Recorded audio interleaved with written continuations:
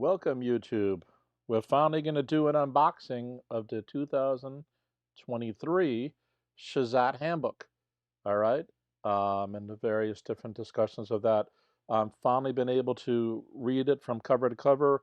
I solved all the questions. I looked at all the explanations, and have a few observations, including some errata. The overall picture is not too bad. It's fairly consistent to previous years, and there is a tiny bit of errata. There's some other things to talk about maybe this time, and we'll jump into that. First things first is I want to kind of delve into where to even get the handbook from. What am I talking about? So every year, the Department of Education, this is from New York City, produces an SHSAT handbook, and it has 2 practice exams on it, as well as details, general details about how the SHSAT works, its structure, its format, and an answer key to a lot of that. So normally every year there's a couple of errors in the document. There's errors again this year, and hopefully we can gain some insights into some other things that are going on in it as well. So first things first is, how about we talk about actually where to get it from and how to download it, okay? So I'm going to pop up a browser here. If you go to schools.nyc.gov, if you go on to enrollment here, enroll grade by grade, down to specialized high schools towards the bottom, it's going to bring up another thing. Click on specialized high schools again on that right-hand side. Okay, and then it's going to load this here. If we scroll down the page, it has guide for the SHSAT for students entering. So there's a bunch of details here, okay? And then there's this thing here that says 2023 Specialized High Schools Admission Test. If I click on there, I'm only going to get the 2 practice tests. So I would suggest, if you want to get a little more details than that, to not click on there and go down further to the rest of the page, the very bottom of the page, and then you'll have this NYC guide for the SHSAT admissions. Click on the language you prefer. I'm going to click on the English one. Okay. And that starts out with the whole document. And the thing you saw before I just loaded a second ago, that's on like page 30. And there's other contents here that it shows you, all right? So I would suggest downloading this whole thing. If you're only concerned about the 2 practice exams, go for the others. You may have taken the SHSAT last year, so you're familiar with most of it. I would still download this version and skim it to make sure there's no change that you're not aware of. For the most part, it's 99% the same. And I'm going to talk about nuances in a minute. An alternate way to pick up some of these files is through my website. Let me just make sure I'm live here. Give me a second. Through my website, and yeah, I seem to be. If you scroll down a little bit, first of all, these are some of the test dates for those who are still unsure. By the way, today is going to be the registration deadline. Today's Friday, November 4th at midnight. Don't wait for the last second. Things just go bad at that point. If you scroll down a little bit, we have this here where it says looking for SAT practice tests. Okay, if you click on that, I have a link to about, I don't know, looks like about 18 past SHSAT handbooks. So I have the SHSAT handbooks from 2008 all the way up to the current one. And I have some links to some other things. For instance, some other things I have on my site, as well as I've done cover-to-cover reviews of multiple full handbooks. I am still expecting to be able to do that, at least in part. I don't know if I'm going to be able to pull off the whole thing by test day. However, some of you are going to have your exam on December 17th. So there's still a month and a half past the initial test takers. So I might still be able to get that far. And in the past, I've done the whole Form A, the whole Form B, the SHSAT 9 section, There's normally a dozen or so questions there, and there's normally about 10 to a dozen extra grid-in grade 8 questions, which applies to grade 9 as well. All right, so there's things like that. So if you want any past handbook, including the current one, you can click on here. So for instance, if you click there, you get back what I showed you a minute ago. All right, so we're going to kind of, now that you can download the current handbook and visualize it, we're going to actually start exploring some of the nuances that will be appearing in this year's handbook. First of all, I have an errata that I'm going to put up. So if we go back to here,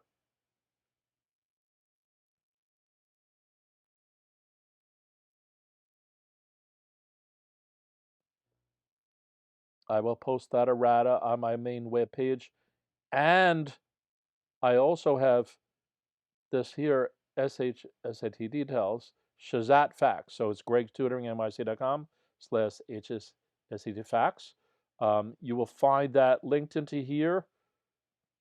Okay, right here, we produced this errata. So that's live already. This coming soon video, this is actually this video right now. So once this goes finished, I'm going to put the link into there so that we have an unboxing for the 2023. And if you notice, I have past year stuff and other information here. But in the event, this highlighted blue line, that's where the errata that I'm using on the screen is coming from. I might modify it, but I'm just going to replace it back into place here. So that's your clue in for those kind of things like that. Okay.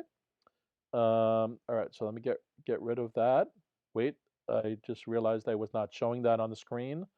So if you go to GregsTutoringNYC.com/SHSAT facts, that's that line that's lit up right now next to the big black box. Sorry, I didn't flip the screen there. Um, all right, so in terms of what I actually wrote up in this errata document, it's first of all going to link to this video to show you how to do the download. I also have some other details there. If we come down to here, where it mentions the, let me get my tablet set up. There's various handy links. That's really quick buttons to get you into some things. I'm not going to show that. I also have a lottery, little tiny lottery app on a browser that tells you what your percentile is based on your first 2 digits of your lottery number for screen schools. This doesn't apply to the SHSAT. So the overall picture of the handbook is that it seems fairly consistent to the past few years' handbooks, which generally speaking is that the math appears to be leaning towards being a little easier and the ELA leaning towards being harder.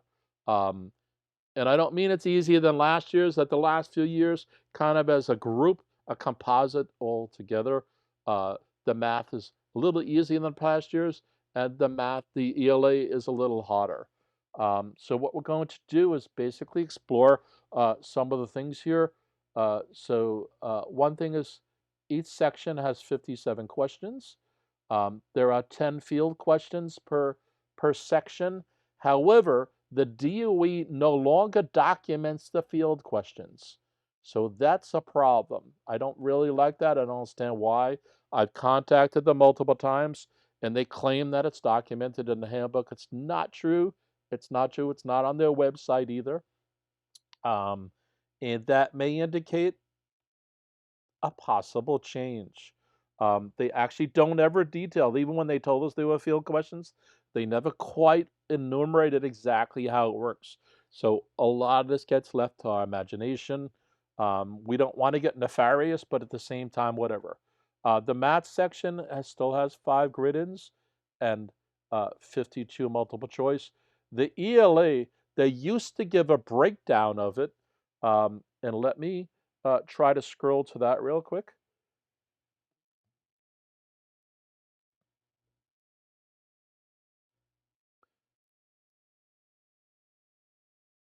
and show you kind of a little more about what I'm talking about here. All right, let's see. It's going to be around page, I don't remember what page, so let me just scroll. It looks like it's in the first few pages. And by the way, read these. These are directions, and they tell you how to bubble stuff in and what's going to happen when you first come into that exam and things like that. Um, These are tips. Read the tips as well. They're very general and generic tips, but they can still be handy. When I do the cover-to-cover review, I'm probably going to cover these sections too. By the way, some students miss this because there's actually extra examples right there in these kind of, I don't know what color that is, uh, a reddish, brownish color thing here. They give extra examples that are worth going through. Just to confirm, even if they're 5 ELA and 5 math, they're there, they're worth seeing. That kind of a stuff. They even give the answers, and then they talk about what the structure is of each section. Again, go through it so that you understand what the test looks like. Even if you're a genius, that's still handy. You don't want to be sitting on test day going through things. So this is the section that I'm pointing out. They used to give the genres and stuff here, and there used to be another table with a whole bunch of other information on it. Okay, so let me flip back into that other PDF.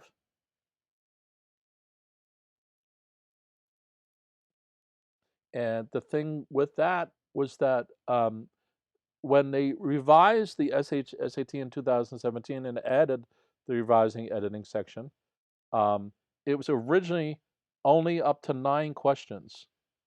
Okay, and then there was a couple dozen more for the reading comprehension, and then they changed it up to 11, and then there was a point where it's 19.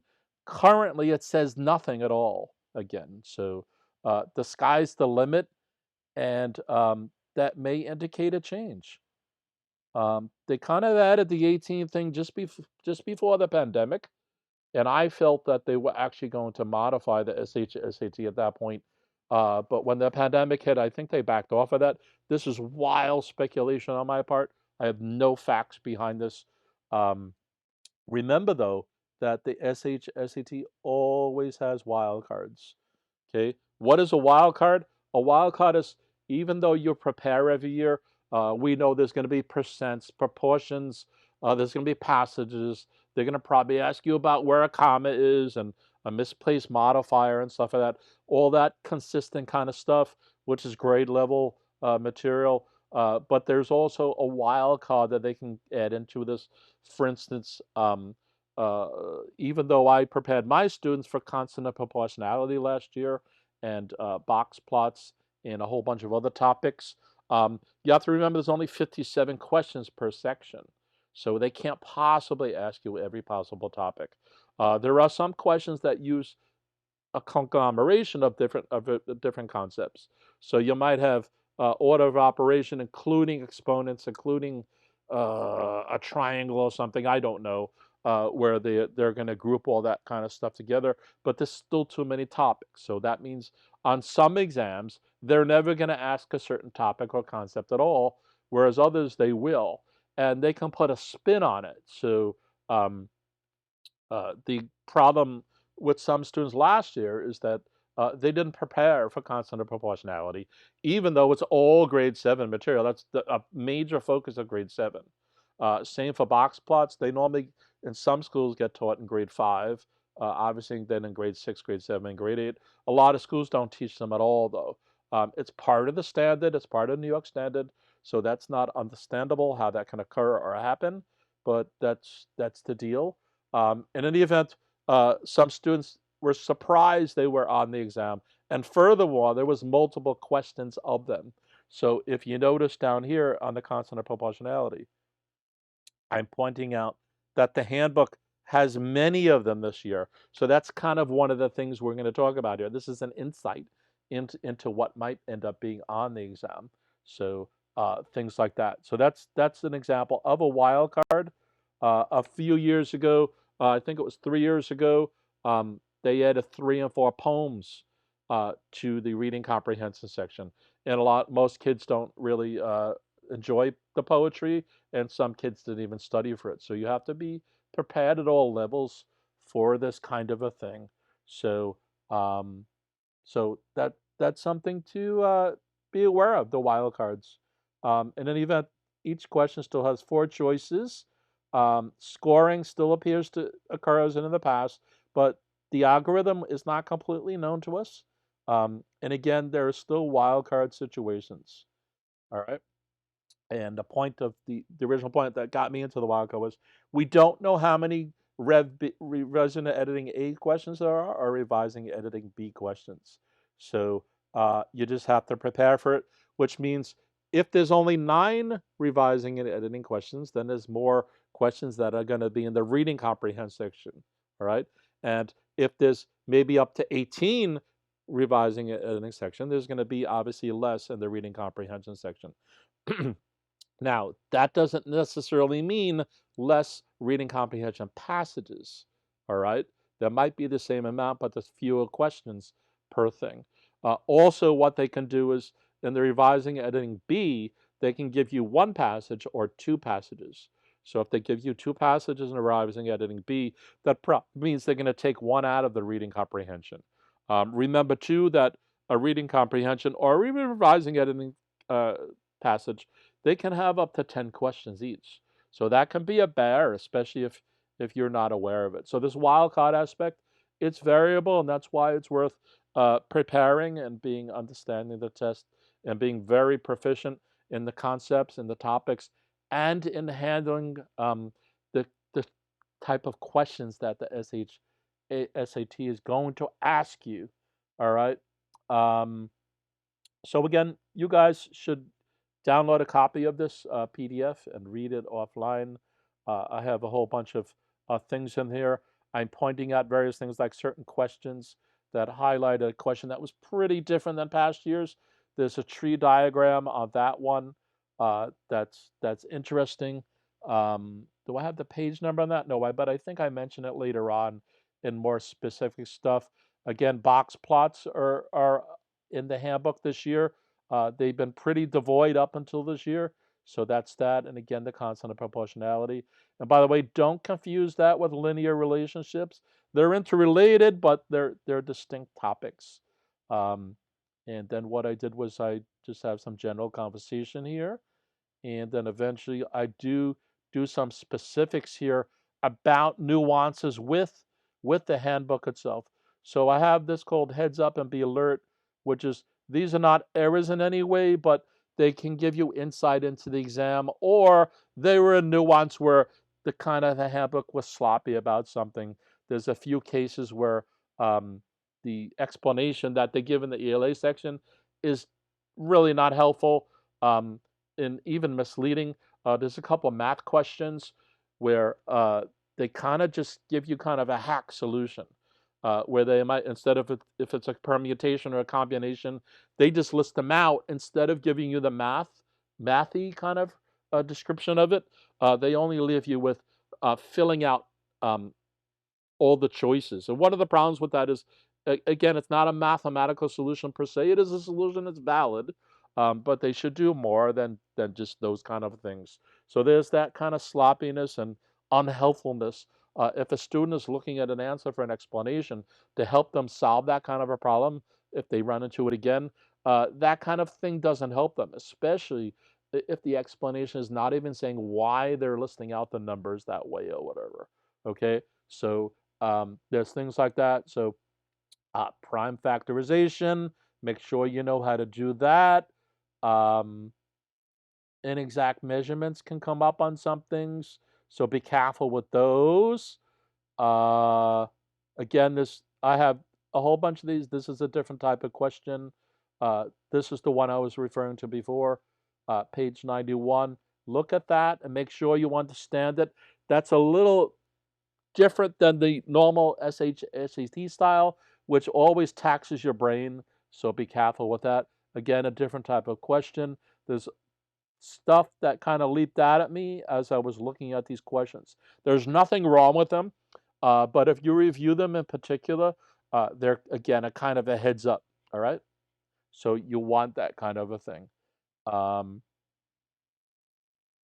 this was what the one where they didn't list out the math description. And I'm not attempting to do that here, although there's a really brief description of there. That wasn't my job in this errata to do that. It was basically just to say, hey, look here, something odd or weird or wrong is going on here. Okay. Um, and then of course terminology always. I mentioned the term before. Sample space again on this question. You may not know what sample space is. So if you run into a question mentioning it, you may not know how to solve it. So go look up something like that. And again, this is some of the sloppy stuff. For instance, here's a classic kind of example.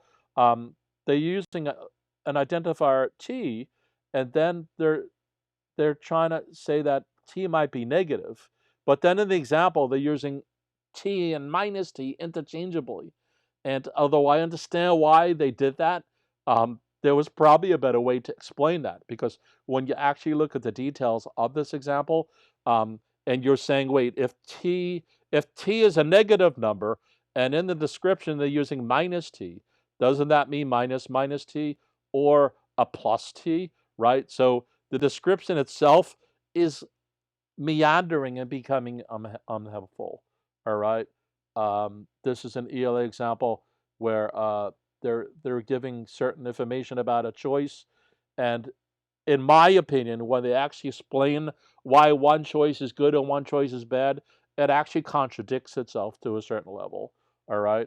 Um, this was another math one here, where we're told in the directions that diagrams are not drawn to scale.